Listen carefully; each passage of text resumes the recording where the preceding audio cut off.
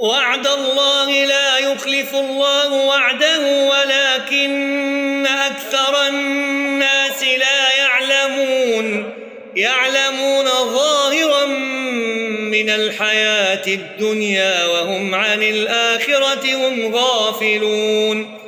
أولم يتفكروا في أنفسهم ما خلق الله السماوات والأرض وما بينهما إلا بالحق وأجل مسمى وإن كثيرا من الناس بلقاء ربهم لكافرون.